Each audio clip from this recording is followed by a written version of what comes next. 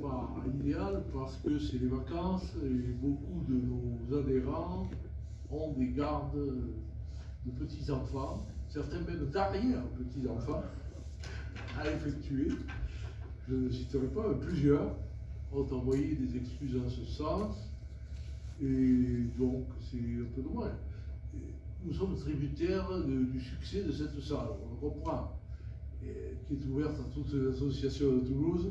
Donc, il faut se bousculer un petit peu pour avoir les dates. Et celle-là, nous l'avons obtenue au mois de mai de l'an passé. Et la suivante, c'est le 19 décembre. C'est Pascal Dessin qui vient de nous parler de la défenestration de l'ingénieur Vatrin, qui est un événement important pour le syndicalisme français et sur le plan politique aussi, puisque Jaurès est intervenu très vigoureusement dans cette affaire à Decazeville. Bien, alors, ça c'est le premier point, quelques regrets.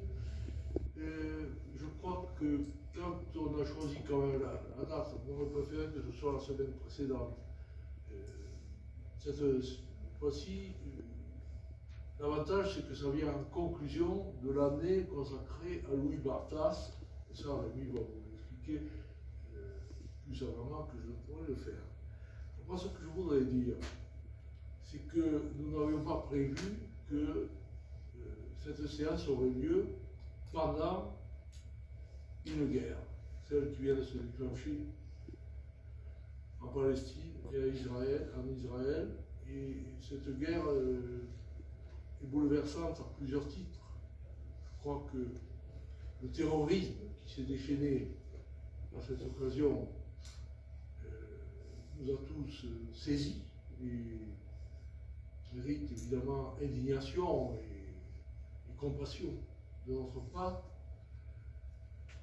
D'autre part, nous avons vu que ce terrorisme peut frapper aussi en France. Je pense que nombreux sont ceux d'entre nous qui ont des enfants enseignants, et parfois enseignants d'histoire, c'est mon cas.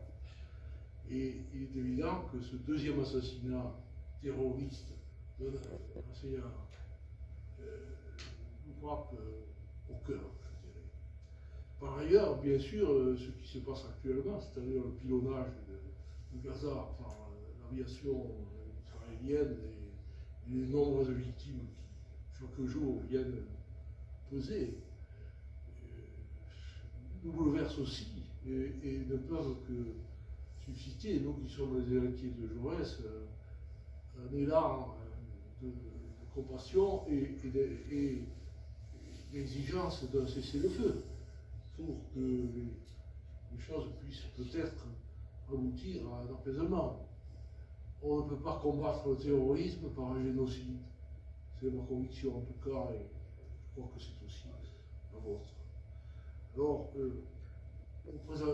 Rémi, proprement dit, je ne vais pas le présenter parce que tout le monde connaît ses travaux qui sont multiples, mais qui ont beaucoup porté sur la guerre de 14. Grâce à lui, l'attention a été portée sur les poilus eux-mêmes, ce qu'ils ont vécu, ce qu'ils ont souffert, ce qu'ils ont pensé, ce qu'ils ont dit, écrit. Et je crois que ce n'est peut-être pas utile de le présenter largement.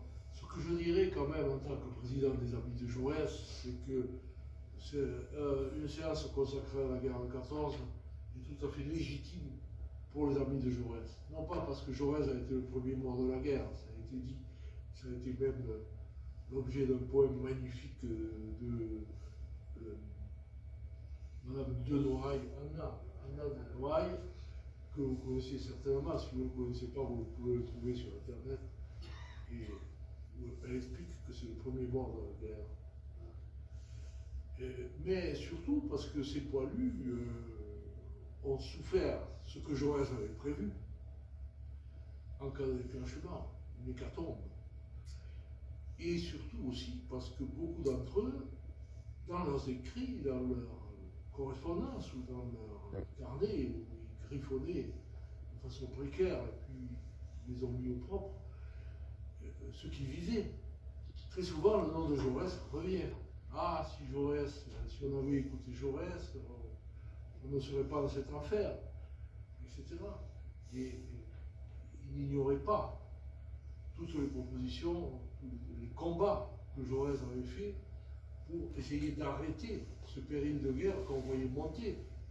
Comme aujourd'hui, on a vu monter le péril de la guerre israélo-hamas, avec la politique stupide du Premier ministre israélien qui a encouragé les colonisations contraires à tous les accords internationaux, et même au bon sens le plus élémentaire. C'est certain que ça a créé un certain climat. Ça n'excuse en rien les atrocités que nous avons vues et auxquelles nous avons assisté. Bon, voilà ce que je voulais vous dire en introduction. Et je pense que partager avec moi cette tristesse et cette angoisse d'une guerre qui peut-être pourrait dégénérer en un conflit plus large et vous inquiétez à quoi. Bon, Rémi, maintenant, c'est à toi. Et je vais prendre place pour voir les projections que l'on va faire. Oui, merci beaucoup. Merci d'être venu. L'excuse qui a été invoquée par Rémi Pêche, si vous allez jusqu'au bout du raisonnement, vous seriez des grands-parents indignes, puisque vous êtes venus, et moi aussi. Voilà. Alors, ma communication est intitulée 4 de l'infanterie.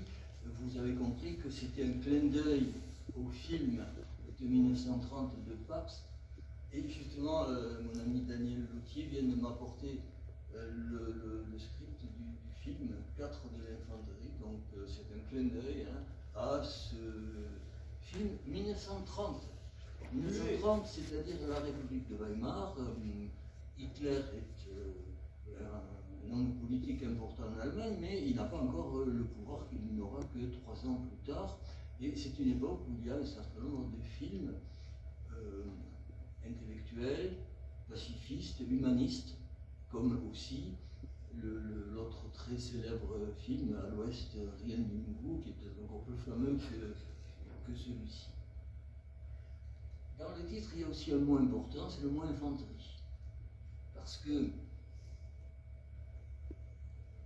la guerre n'est pas la même selon que l'on combat en première ligne dans l'infanterie, sans pouvoir se défendre contre les bombardements, ou quand on est dans l'artillerie, ou la cavalerie, ou autre. Et donc, vous savez peut-être, même si vous n'êtes pas absolument spécialisé dans la question, mais vous savez peut-être qu'il y a eu, il y a une vingtaine d'années,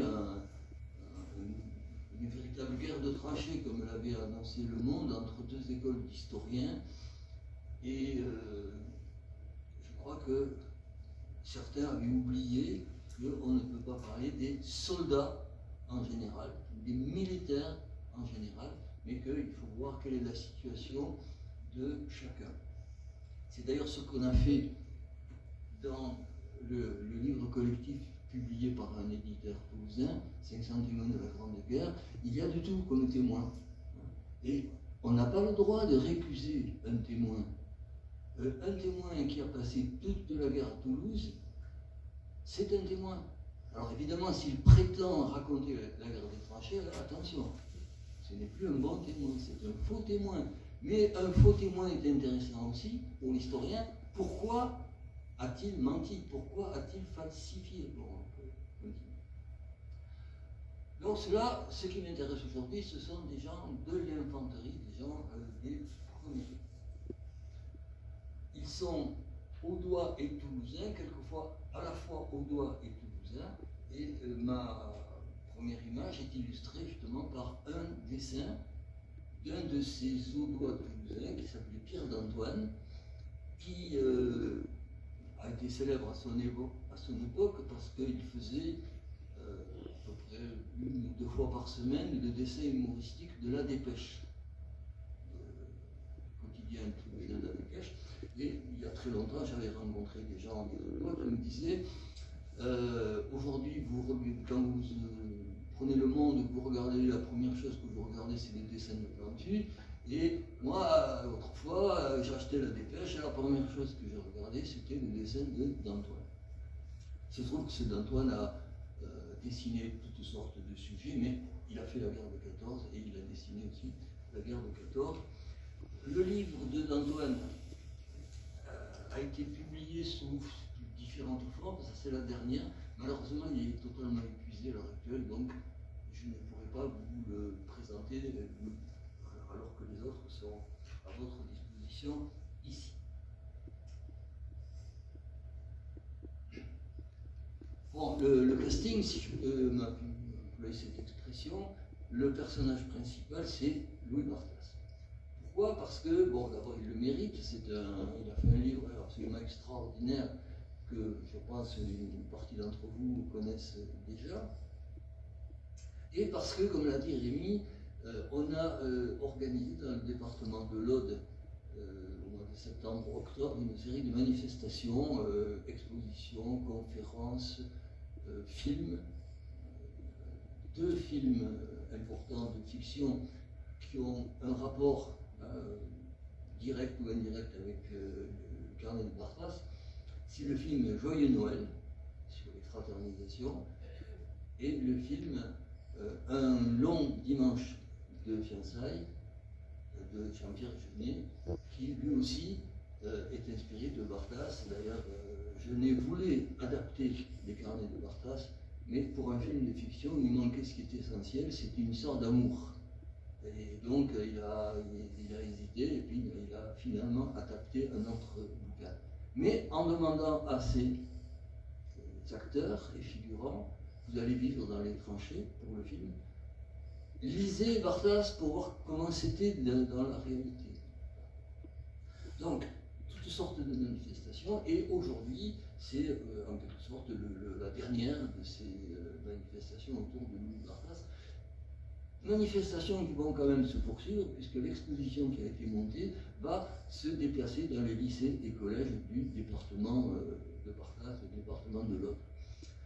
Les 3 autres acteurs, un peu moins importants, mais quand même qui figurent ici, c'est Léon Midel, Pierre d'Antoine, le dessinateur, et François Guillaume. Ces personnages-là, vous ne les connaissez pas bien, c'est normal. Il faut donc que dans une première partie, je vous les présente, je vous donne quelques éléments de la biographie des 4 personnages. Ensuite, une deuxième partie développera l'idée que ce sont bien sûr des soldats de l'armée française, etc. Mais ils sont des Languedociens, pour la langue, mais aussi pour d'autres raisons. Et enfin, comme ces 4 hommes ont produit des témoignages divers, on va constater qu'ils sont complémentaires. C'est-à-dire que le témoignage de l'un peut être appuyé par le témoignage de l'autre. Les textes de Barthas, par exemple, on le voir tout à l'heure en détail, peuvent être illustrés par les photos de son capitaine Léon Midel, qui ont été aussi publiées. Bon, acteur principal, Louis Barthas. Voilà pratiquement la seule photo de grand format que l'on ait de lui. On en verra tout à l'heure une autre où il est en plus petit.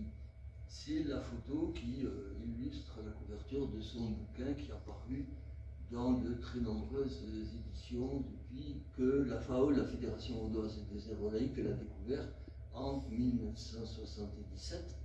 Et le livre a été adapté l'année suivante par François Maspero, un éditeur parisien national extrêmement important, et depuis édité et réédité en collection de poches, etc. Traduit en 3 langues. Alors la première traduction elle est étonnante puisque c'est le néerlandais. C'est une langue pas trop importante dans le monde, mais c'est un éditeur d'Amsterdam qui a été séduit par le texte de Barthas qui a dit il faut absolument que je le publie en néerlandais, et ça marche très bien. Il y a eu, on en est au 6e ou 7e tirage déjà de ce livre en néerlandais. Plus tard, il y a eu l'anglais, bon là, l'anglais ça s'est imposé, et même l'espagnol. Alors que là aussi, hein, les Pays-Bas et l'Espagne étaient neutres pendant la guerre, n'ont pas participé à la guerre. Donc c'est quelque chose d'extérieur. Et là, c'est toujours pareil. C'est la découverte d'un texte tellement formidable qu'on veut le traduire dans sa langue. Louis Barthas n'était pas un jeune homme quand il est parti à la guerre. Il avait 35 ans en 14. Il est né dans un village de l'Aude qui s'appelle Homs, mais tout de suite dans sa prime jeunesse, sa famille s'est installée à Périac-Minervois et il a été à l'école, il a continué son métier de tonnelier après avoir passé le certificat d'études primaires.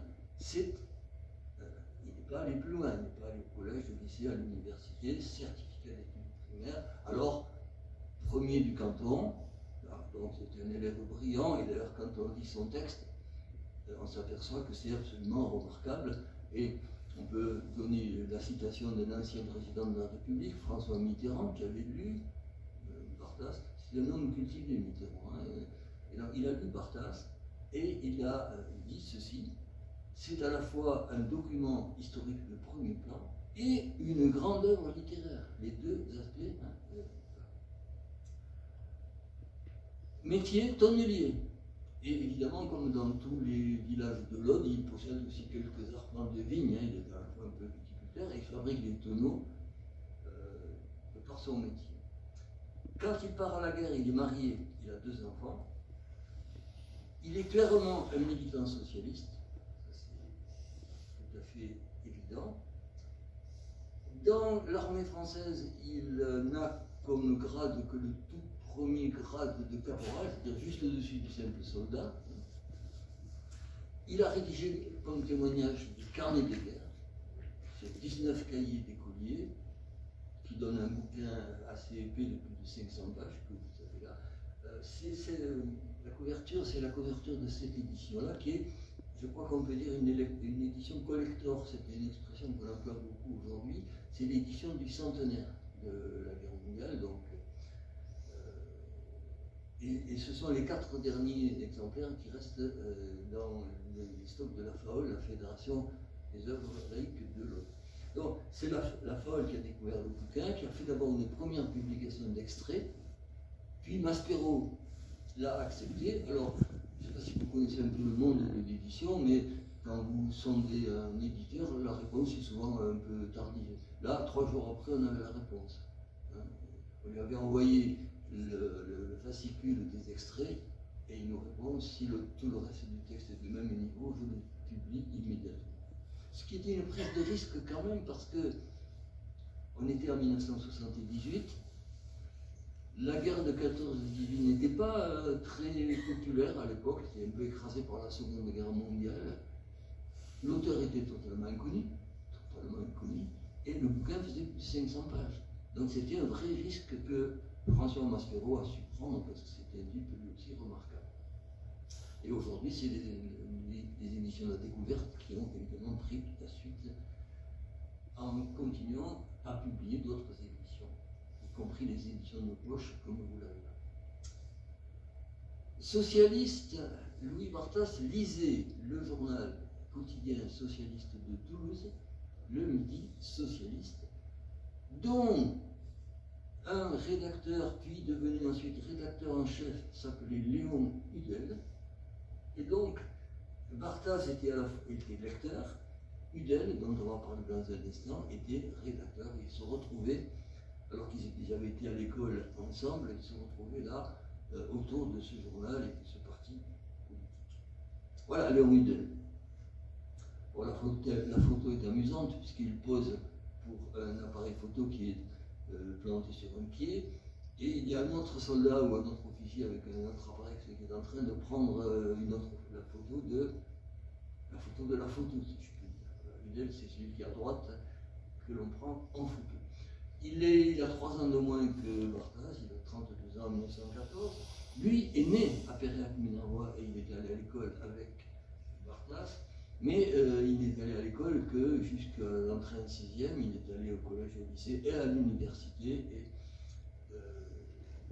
avec ses titres universitaires, il est devenu journaliste au journal que vous avez vu tout à l'heure. Il est resté célibataire, il était évidemment socialiste comme Barthasse, mais en tant qu'intellectuel, il était devenu officier.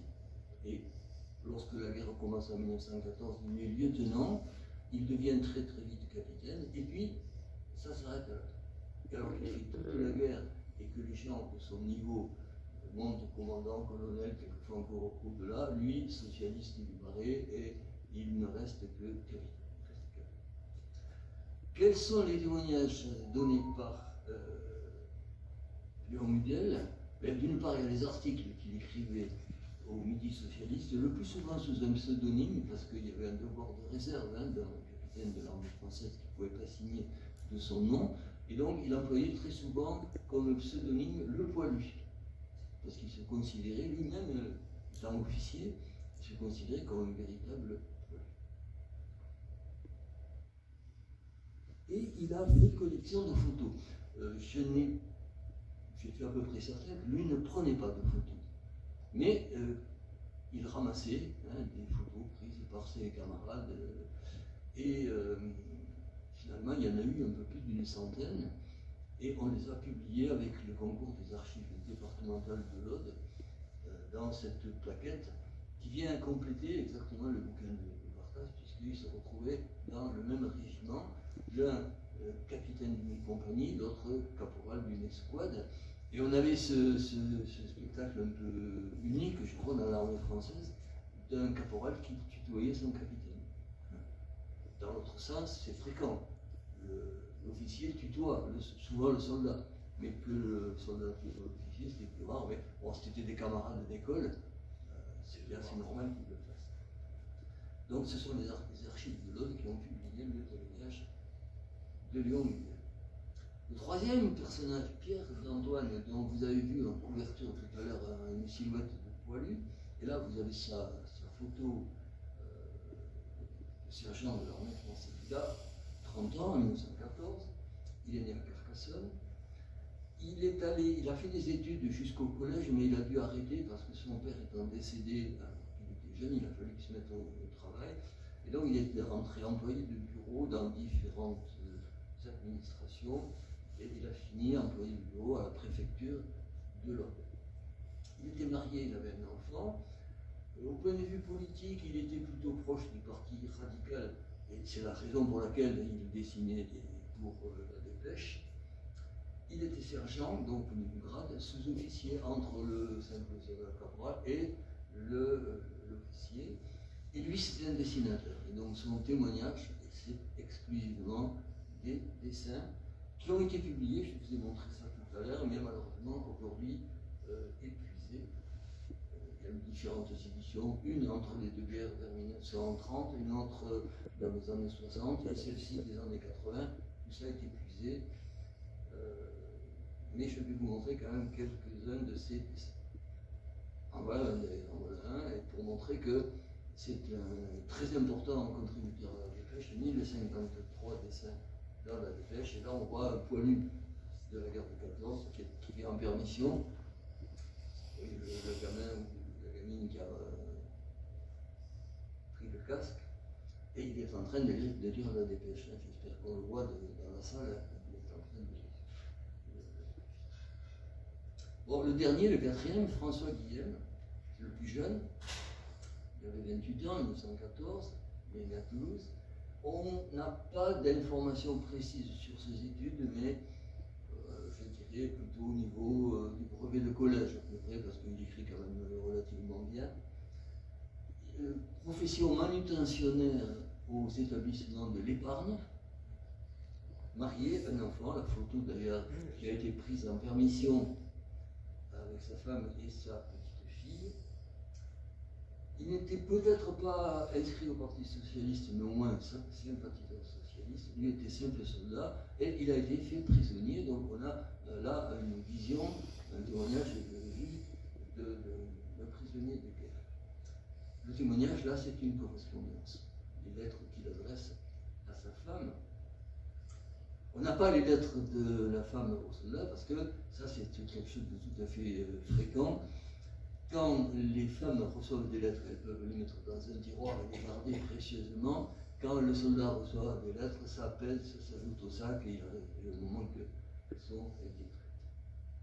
Donc si on fait un bilan comparatif des quatre personnages, ce sont des adultes, ce ne sont pas des tout jeunes soldats de la sortie du service militaire à 20 ans, 21 ans.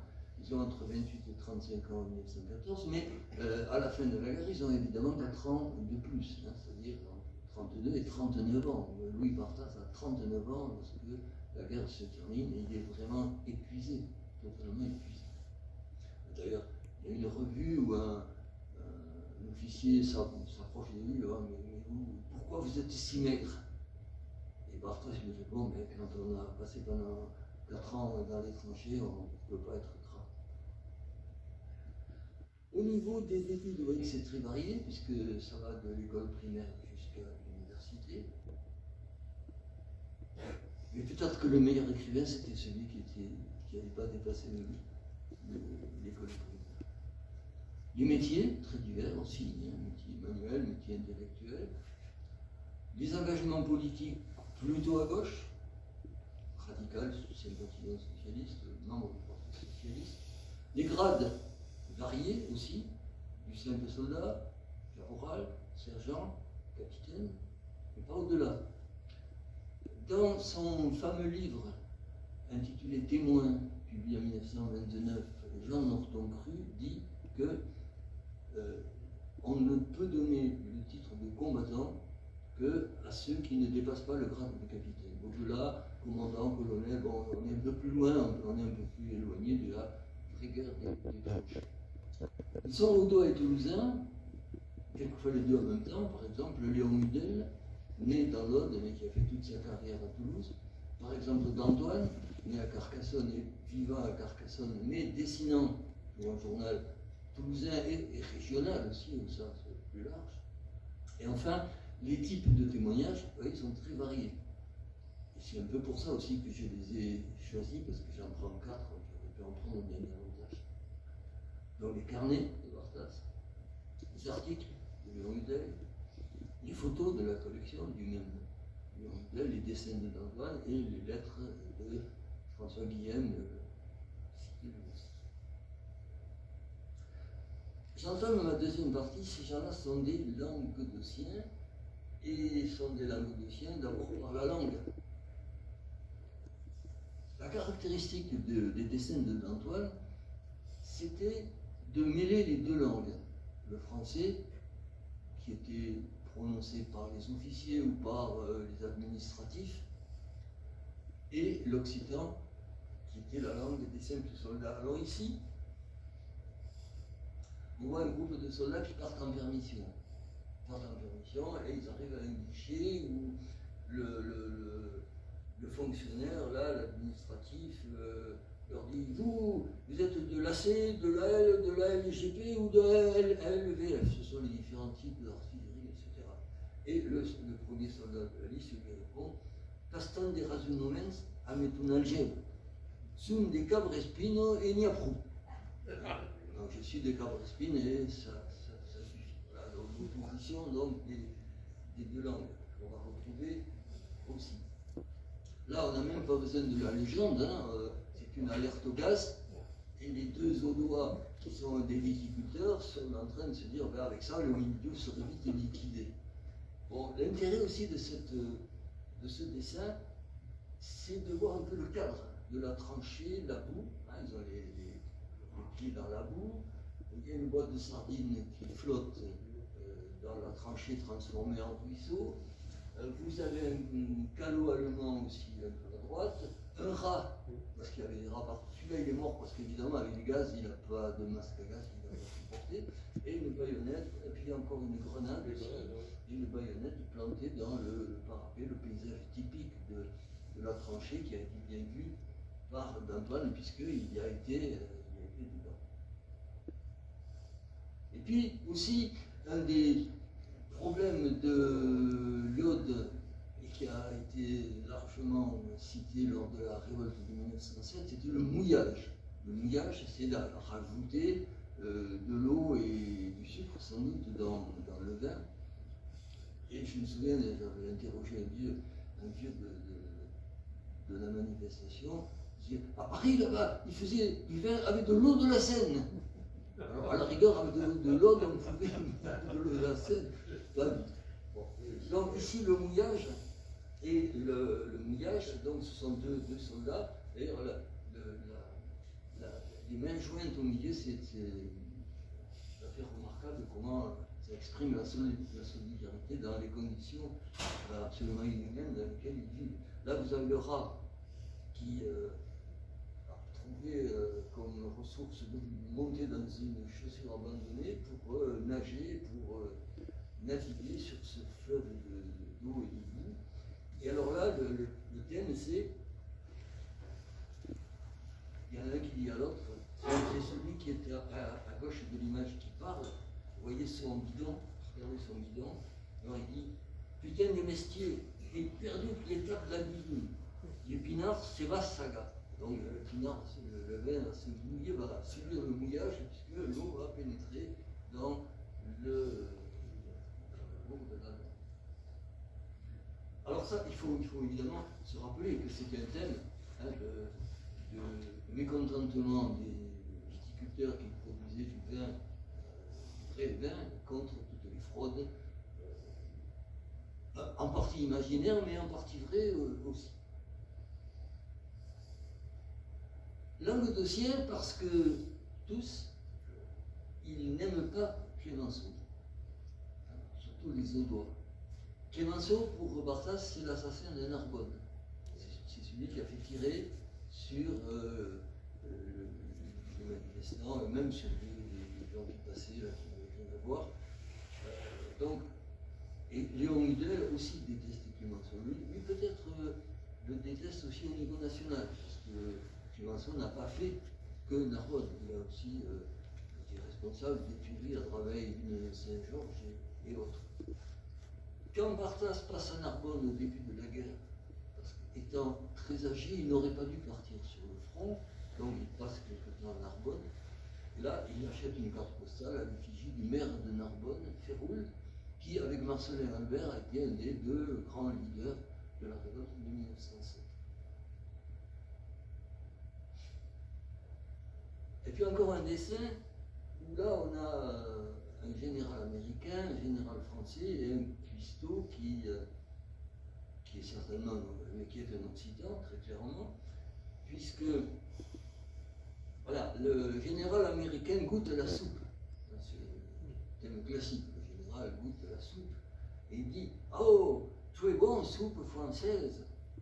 Le général français s'adresse au cuistot en français. Dis un peu au général américain ce que tu y mets. Et le cuistot répond un peu d'apit et du jalbert. Ce qui ignorait, l'apit c'est le céleri et le jalbert c'est le persil.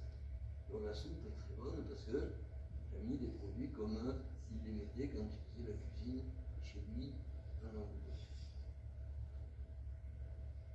Alors ça m'amène à cette photo de la popote des officiers du 280e régiment de l'infanterie, dans lequel se trouve Barthas et dans laquelle se trouve Hudel.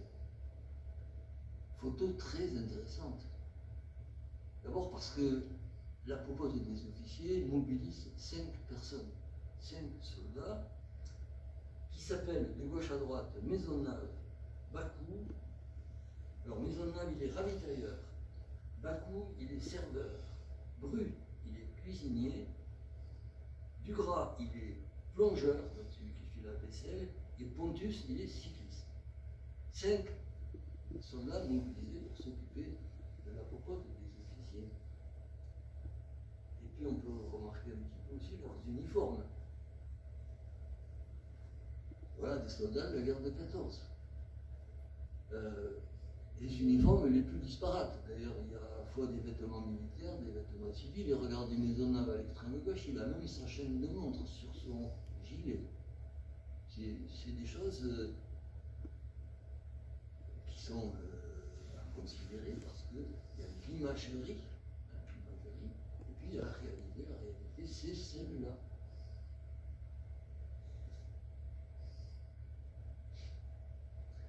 Ce sont des Languedociens qui sont férus de ce qu'on appelait localement le football. Bon, le football, c'était du rugby. Mais vous savez que le rugby fait partie de la grande famille des footballs, football association, football américain, football australien, etc. Udel était un fanatique de rugby, et donc, dans son régiment, on pratiquait largement le rugby. Alors, il y a plusieurs photos qui ne sont pas très bonnes, bon, mais elles sont intéressantes au niveau de documentaire. Vous remarquez donc les joueurs, mais vous remarquez aussi au fond une grande masse de public, donc ce sont les autres soldats du régiment qui regardent le match. Encore une photo de Udel. Et surtout celle-ci où il s'est marqué lui-même d'une flèche. Donc là, capitaine, soldat, tout ça sont mêlés pour ces matchs. D'Antoine aussi, il a fait beaucoup de dessins sur le rugby. À gauche, vous avez un célèbre joueur, Carcassonne, je pense, c'est Bédio. Il a joué dans plusieurs clubs, mais c'est surtout Lézignan. Donc il a été longtemps le capitaine, mais Carcassonne aussi. Et puis le deuxième dessin qui est aussi très intéressant, le dessin d'Antoine, le jour du match de sélection, le gamin qui dit pour garer ma voiture s'il vous plaît. Bon, ça montre la célébrité, la renommée de ce sport dans la région languedocienne. Je pense que ça se passe à Carcassonne parce que le stade de la Pépinière, hein, qui devenait ensuite Albert Doré, voilà. Et puis vous voyez la fiche à gauche du dessin, football, rugby. Football. Et c'est le football, le rugby qui va me permettre de passer en transition de la deuxième à la troisième partie. Voilà une photo intéressante. Il y a également une photo de la collection du capitaine Udel. Et d'ailleurs, dans la légende, il est bien marqué, c'est le capitaine Udel qui tient le ballon. La légende dit match de football. Bien sûr, c'est le rugby, on le voit avec cette image. Pourquoi témoignage complémentaire? Parce que vous avez la photo de la collection Udel qui est là, et vous avez le texte de Louis Barthas qui dit exactement la même chose que la légende de la photo. On est du côté d'Arras. On est du côté d'Arras. Et vous voyez un lieu qui s'appelle la Cuvette, c'est un creux, il y a un parapet, et derrière ce parapet, les premières lignes, donc le contact entre la première ligne française et la première ligne allemande, sont à 100 mètres. À 100 mètres de là. À 100 mètres de la première ligne, on joue au rugby dans la Cuvette. J'ai l'impression, sans en être sûr, que les bouts de bois verticaux que vous voyez un peu au fond là-bas, j'essaie de les montrer. J'ai mis un photographe. Des espèces de bois verticaux. Sans en être absolument sûr, j'ai l'impression que ce sont des périscopes. Parce que pourquoi on a creusé des tranchées? Pour se mettre à l'abri du tir tendu. Si vous passez la tête au-dessus du parapet, vous risquez de recevoir une balle. Et donc, pour voir ce que font les ennemis, on utilisait des espèces de périscopes qui, évidemment, pouvaient être démolis par un coup de fusil, mais au moins qui permettaient de regarder l'ennemi sans risquer de se faire tuer. Alors là, on a donc exactement le texte de Barthas, exactement la légende de la photo de Udel. Même chose pour la célébration d'une messe, toujours dans ce lieu dit la Cuvette. Texte de Barthas qui nous dit photo et légende de photos de Udel, tout en étant Udel très anticlérical et Barthas aussi. Hein, bon, ils admettent qu'on puisse aussi célébrer la messe comme ça très proche des lignes allemandes. Là, c'est Antoine qui pourrait illustrer Barthas. Les Totos, c'est le surnom argotique des poux. Donc, une grande partie du temps, les soldats étaient en train d'essayer de s'épouiller, de se débarrasser des poux. Et là, ce sont des soldats français, mais du côté des Allemands, c'était pareil, on parlera tout à l'heure d'un texte allemand. Alors ici, la légende du dessin d'Antoine, c'est Cadocop Kenesclafiun, Menari Bobin, Perlenero. Ça, c'est oui. J'en écrase un, chaque fois que j'en écrase un, il m'en arrive 20 volontairement, se débarrasser du coup, quelque chose d'absolument terrible. Et on a un texte de Barthes quasi identique. Il raconte comment, dans tel village, ils passaient leur temps à la chasse au pou, et que ça ne sert absolument à rien, parce qu'au fur et à mesure qu'on en tue, il en arrive d'autres.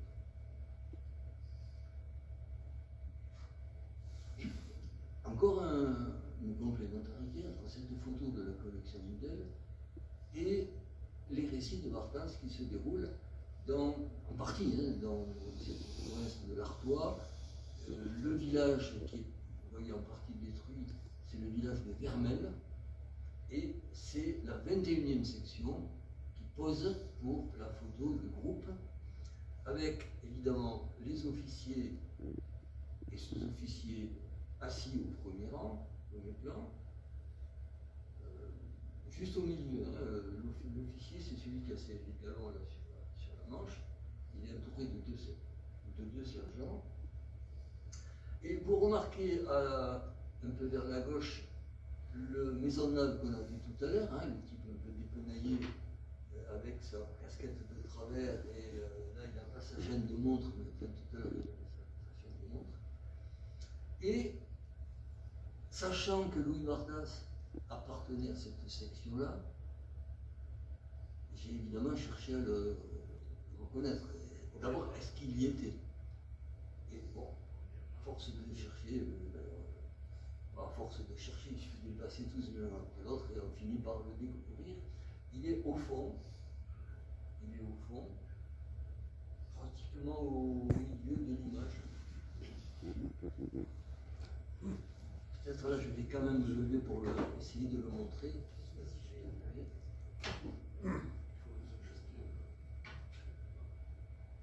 Oui, on le voit.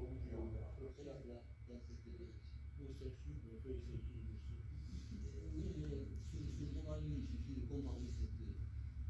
comparer cette photo avec la photo. Celui qui est assis au premier rang, le deuxième, à partir de la droite, ressemble quand même. Voilà, celui-là, il ressemble quand même un peu à Barthes.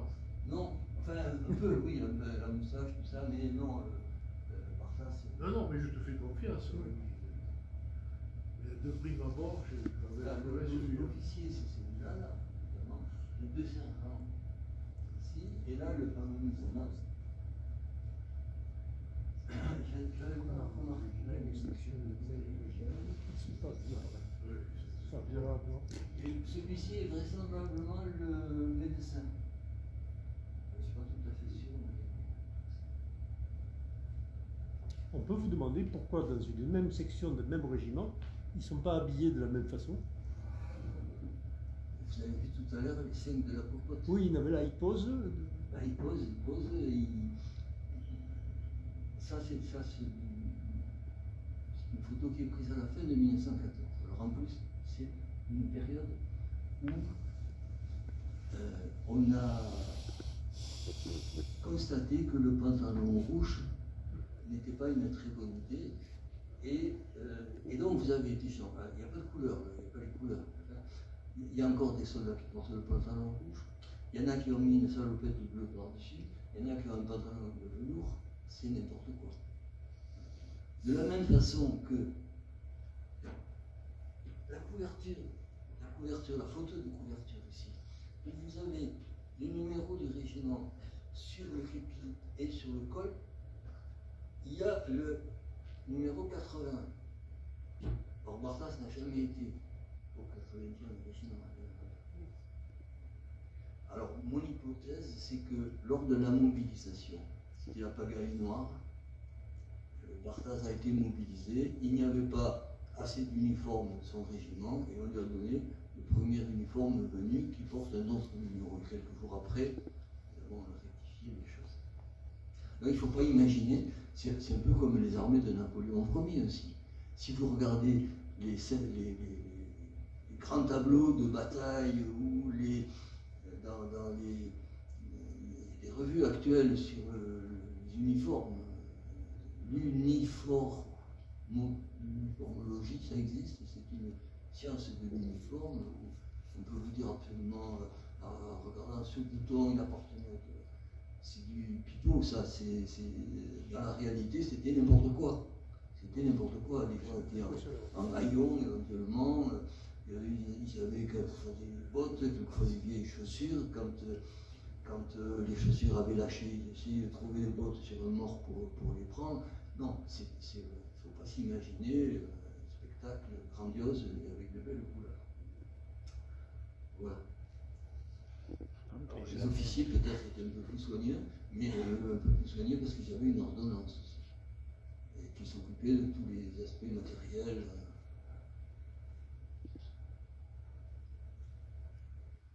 Autre complémentarité entre un dessin d'Antoine et un texte de Hudel. Alors, le dessin d'Antoine, vous voyez, alors là c'est très typique, parce qu'on a le vrai poilu qui rentre les permissions, qui est tranquillement assis avec son bidon, avec sa canne, son casque, sa pipe, il est mal rasé, qu'est-ce qu'il a encore, des musettes, etc. Mais il est quand même décoré parce que la croix de guerre. Et puis l'officier d'administration, l'officier qui dit, avec son monocle et un pied impeccable, dites donc, on ne salue plus, je suis officier d'administration. Et l'autre qui répond, t'es un fag espace, assume nos places. Oui, c'est un planqué, c'est un embusqué, le mot de l'époque c'est le mot embusqué. Alors il peut avoir son monocle et sa tenue impeccable, évidemment lui il ne connaît pas les tranchées, et le poilu lui avec son vêtement rapiécé, etc., mal rasé, et se moque éperdument de ce guignol, Alors Barthas, pareil, Barthas dit on est allé au repos à Chalon-sur-Marne, et alors qu'est-ce qu'on voit comme officier impeccable, la plupart du temps au bras d'une flamme, etc. Et il y a un article de Léon Hudel, publié dans le Midi socialiste, sur ce que c'est qu'un poilu, un vrai poilu, celui qui est dans la tranchée, celui qui est plein de boue, celui qui est plein de poux, celui que quand il entre dans un compartiment de chemin de fer, tout le monde s'en va parce que, d'ailleurs ils le font exprès souvent, les permissionnaires qui n'ont pas de place dans le train, ils font semblant de se gratter et comme ça ils trouvent de la place. Donc un article de Léon Hudel publié dans le Midi socialiste et qui a tellement impressionné qu'il a été repris par un certain nombre d'autres journaux. Tu as la date exacte? Parce qu'on peut facilement lire le Midi socialiste. Oui, je ne l'ai pas en tête, mais je dois l'avoir quelque part. D'ailleurs, j'ai le. Alors, ce n'est pas l'original de l'article, mais c'est sur une feuille ce qu'un simple soldat avait copié. Il a copié l'article de Hudel, qu'il a pris donc sur un de ces journaux-là, et donc j'ai l'original trouvé dans les papiers. Il devait avoir ça, il y a une pliure, donc il a tout plié dans son portefeuille. Et voilà. Et donc c'est un article qui est tiré du Midi socialiste, dont j'ai la date quelque part. Alors donc Barthas, d'Antoine, Hudel et Guillen, c'est pareil. Barthas s'est beaucoup moqué des ce qu'on appelle les stratèges en chambre, c'est-à-dire ceux qui font la guerre loin et qui annoncent que si j'étais Joffre, je vous montrerai comment on les sort. Voilà. On attend la suite. Et la suite, c'est sa femme qui vient le chercher parce que je t'en sortirai, moi. Voilà une heure que le dîner est prêt. Le dîner est servi. Stratège en chambre. Ou les patriotes de l'arrière. Deux dessins d'Antoine qui auraient pu être repris par Barthas. Le premier, à gauche, les malheurs du grand monde. On ne se doute pas combien c'est fatigant toutes ces soirées au profit des blessés. Et l'autre, là ça se passe à Carcassonne, sur les boulevards, vraisemblablement il y a une vendeuse de glace qui est là, et un bourgeois, décoré en plus, qui vient d'acheter une glace minuscule, hein, que le poilu tient dans sa main. Alors le poilu, on peut identifier son régiment, puisqu'il y a le numéro sur le col. Il est du 143e, c'est le régiment de Carcassonne, donc ça passe à Carcassonne. Il est venu en permission. Et ce patriote lui dit, moi, mon ami, pour les poilus, je me fendrai en 4. Je vous donne combien, madame? 1 sou, monsieur. Il a fait un geste pour le poilu, il a offert une glace absolument minuscule, là, qui était dans sa main.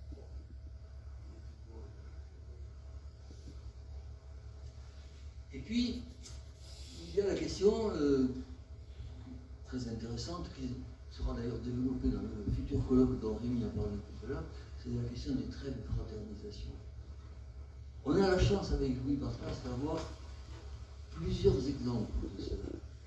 D'abord la fameuse trêve de Noël 1914 qui a mêlé français, anglais et allemand.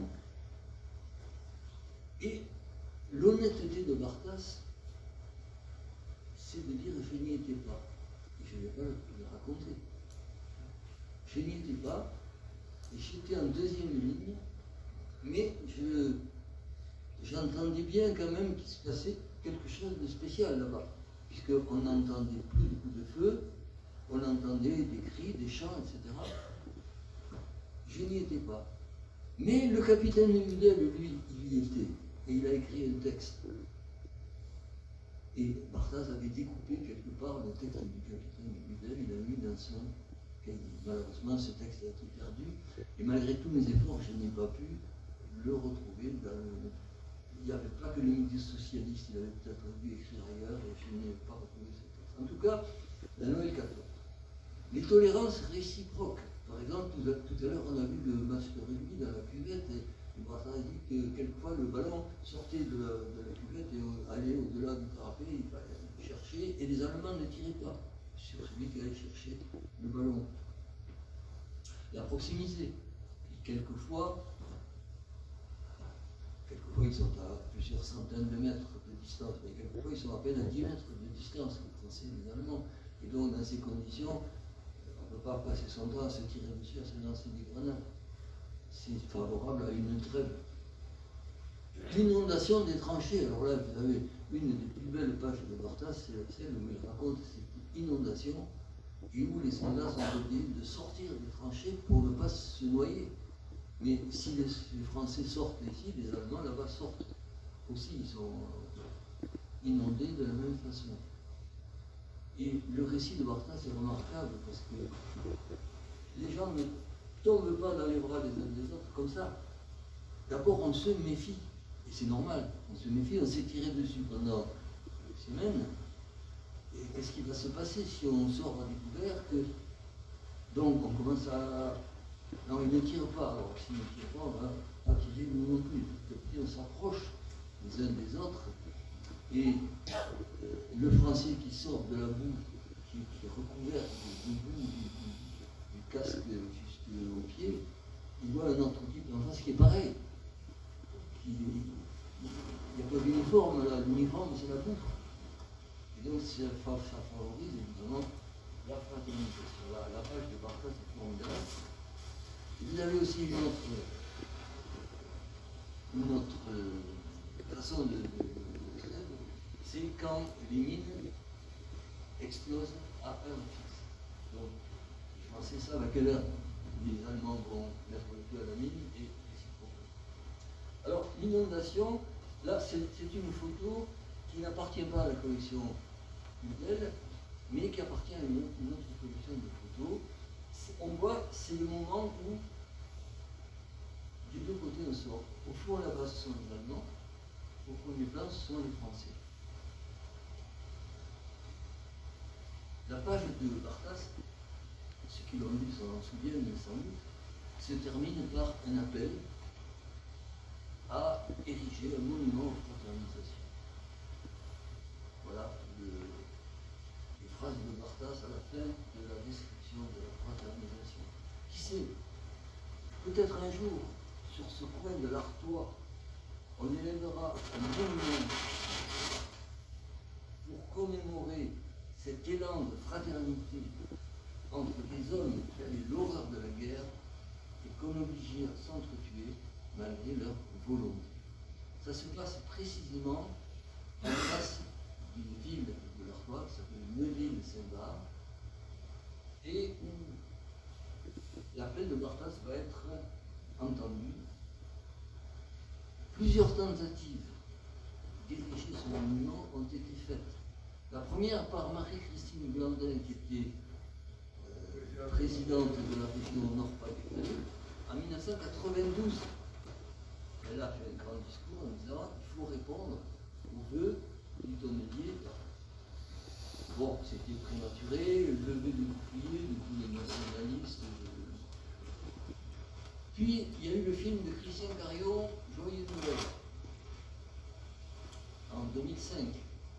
Et Christian Carion avait l'intention, lui aussi, d'édifier ce monument. Ça n'a pas marché.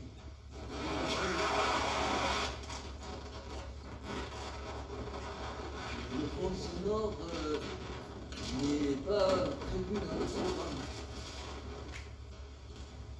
Bon. Donc c'est exactement 100 ans après l'appel de Barthas, le vœu de Barthas, que le monument a été érigé et l'inauguration a été faite en la présence du président de la République à l'époque, François Hollande, que vous voyez ici, décembre 2015, pour répondre à l'appel de Barthas en décembre 1915.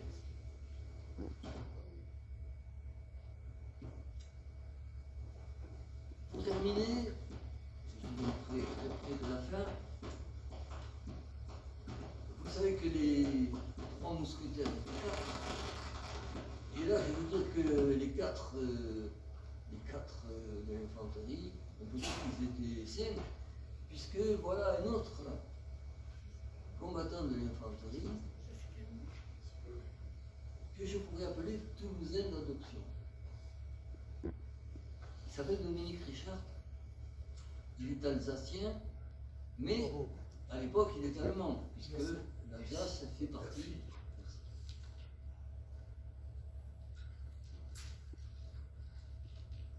Oui, l'Alsace fait partie de l'Empire allemand, donc Dominique Richard est obligé de se battre dans l'armée allemande face aux Français. Et il a écrit aussi un témoignage.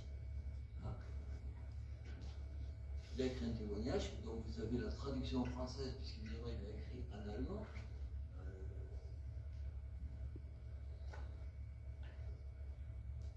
À l'école en Alsace, on ne lui apprenait pas à écrire le français, mais on lui apprenait l'allemand. Merci. Et donc vous avez la traduction là, du livre de Dominique Richard en français.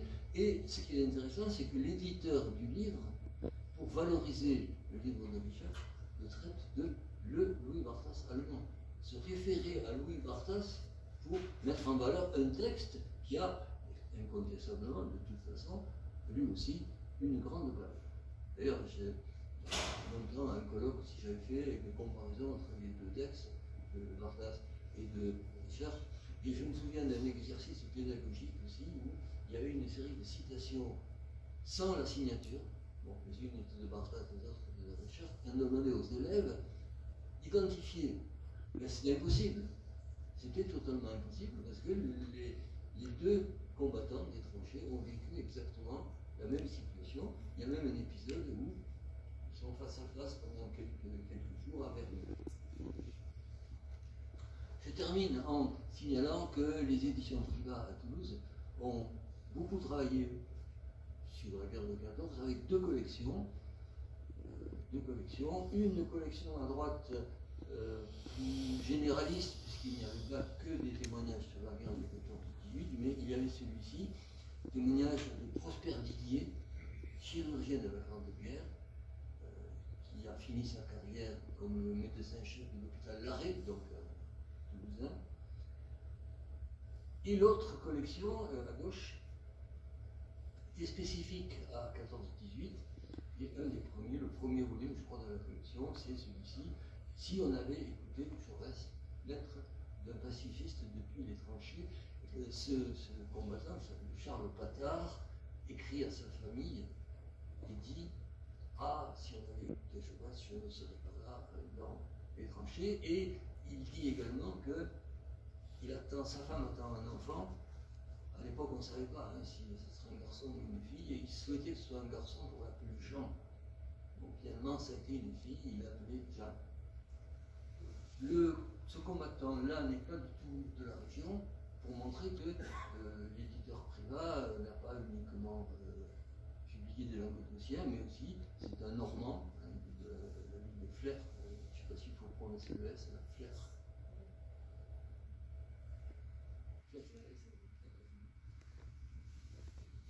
Voilà, et puis enfin, pour le centenaire, on a sorti un livre collectif qui s'appelle 5 centenaires de la Grande Guerre, et qui est en quelque sorte la suite, si on peut dire, du fameux livre de Jean Norton-Cru, Témoin, publié en 1929. Et dans ce bouquin de Jean Norton-Cru, on a la profession des témoins, et on s'aperçoit que 100% des témoins, la totalité des témoins, sont soit des intellectuels, soit appartenant aux classes dirigeantes. Classe populaire, zéro. Et pourquoi? Mais pour une simple raison, c'est que les gens des classes populaires avaient aussi beaucoup écrit, surtout des lettres, mais quelquefois aussi des carnets de guerre, mais ils ne pouvaient pas leur venir à l'idée d'aller trouver un éditeur. C'était pas un geste normal. Par contre, un journaliste, chef d'entreprise ou autre pouvaient connaître le monde de l'édition et aller apporter leur témoignage. En 2013, dans 500 témoins, on n'a pas 100% de classe populaire, c'est pas possible, mais on en a quand même la moitié. 50% de ces combattants sont issus des classes populaires. Et on a publié ce livre collectif chez un éditeur local, c'est les éditions Midi-Pyrénéennes, dont vous connaissez le directeur, qui est membre de l'association. Et ce qu'on peut ajouter encore, c'est que le dessinateur de la couverture, ce n'est autre que Tardy, célèbre dessinateur de bande dessinée, qui est un ami, qui nous a donné ce dessin gratuitement, ce qui est, je crois, remarquable. Et en réalité, je lui avais fait signer un de ses ouvrages sur la Grande Guerre, et les dessinateurs de BD, non seulement mettre une signature, comme les autres auteurs l'ont, il faut toujours un dessin. Ils ajoutent un dessin, vous avez remarqué ça. Et alors j'ai dit, faites-moi un Louis Barthas en train d'écrire son carnet. J'aimerais bien qu'il soit regardé par un rat. Il a fait le rat. Et ensuite il a repris le dessin en l'arrangeant pour la couverture de notre 500 témoins, qui est aussi, j'en ai un exemplaire à votre disposition, de même que quelques collectors de l'édition du centenaire de Louis Barthas. Ce sont les 4 derniers qui restent dans les caisses de la Fédération des œuvres laïques. Et puis le livre de photos du capitaine Budel qui complète le Barthas. Si vous avez déjà lu le Barthas, vous aurez plaisir à retrouver Budel. Oui. Si tu le permets, Rémi, je citerai le témoignage du grand-père de notre ami Jean Faury, qui est décédé tout récemment, au mois de juin, je vous en avais avisé, et son grand-oncle s'appelait Victorin Bess, de Castres, qui a une qualité littéraire vraiment remarquable.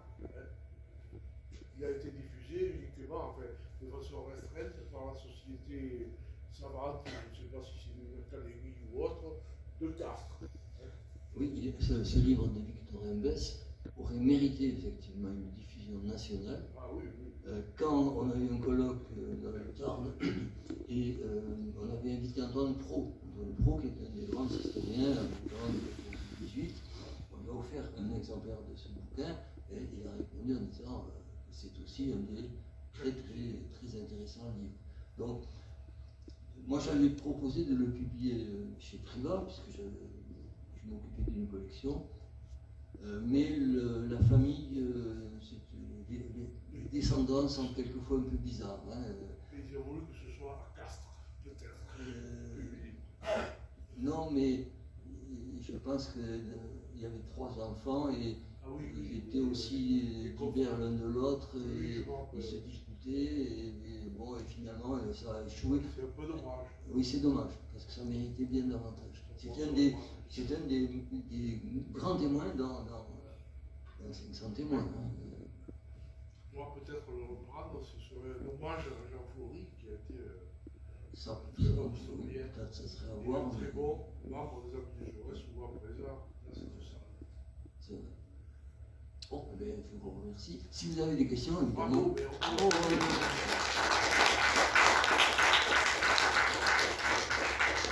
Si vous avez des questions, je peux essayer de vous répondre. Vous avez terminé sur le livre que vous avez préfacé, je crois, sur Didier le chirurgien. Ces témoins-là, que vous avez, les 4 de l'infanterie, ont parlé de blessures. Ils ont été blessés. Vous avez des échos là-dessus? Oui. Sur ces 4-là. Barthas en a largement parlé. Oui, il a été blessé lui-même. Non. Parce que c'est rare, il y a eu énormément de blessés. Absolument. Ouais. Absolument. Ces 4-là. Il a eu la chance même de ne pas être tué aussi. Puisque, il raconte un épisode où il y a 2 caporaux de 2 escouades et l'autre, le caporal qui devait prendre la garde avec son escouade, il va bien, il est malade, il demande à Barthas de le remplacer et quitte la prochaine fois, c'est bon. Et un obus tombe sur l'escouade et le caporal est tué. Donc, Ils ont parlé des blessures et des morts. En fait. Ah oui, après on voit comment les blessés sont transportés au poste de secours, etc. Je crois qu'il y a un témoignage qui a été publié chez Privat du père du professeur Sicard de la fac de droit qui était médecin. Je me souvenir de ça. Là, pour les blessures, alors par contre, si ça vous intéresse en tant que professionnel, le livre de Prosper Didier, là on est en plein, puisque c'est un chirurgien.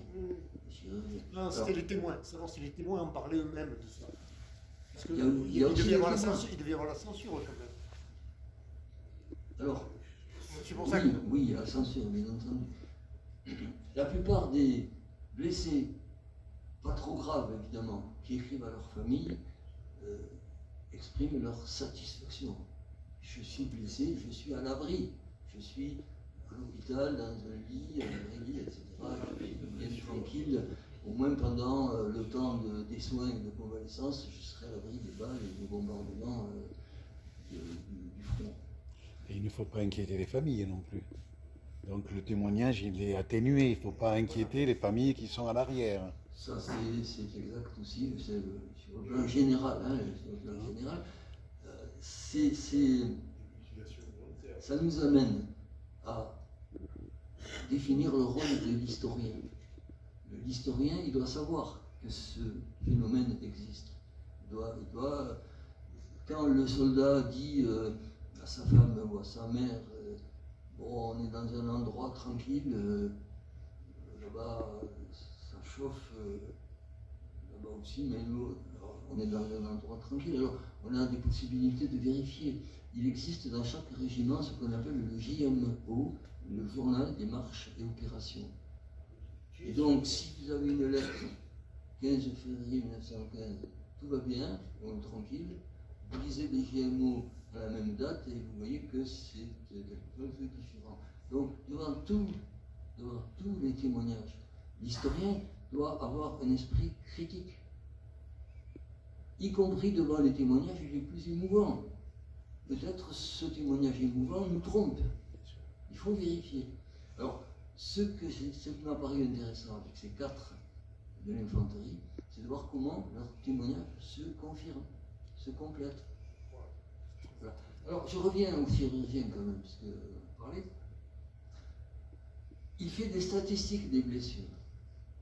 Et on voit très bien, grâce à ces statistiques, le rôle extrêmement secondaire de la baïonnette. En gros, les blessures sont causées aux 2 tiers par des obus, éclats d'obus, shrapnel, tout ça, bon, et 1 tiers par balle, fusil ou mitrailleuse. Et les baïonnettes, c'est 0, pratiquement rien.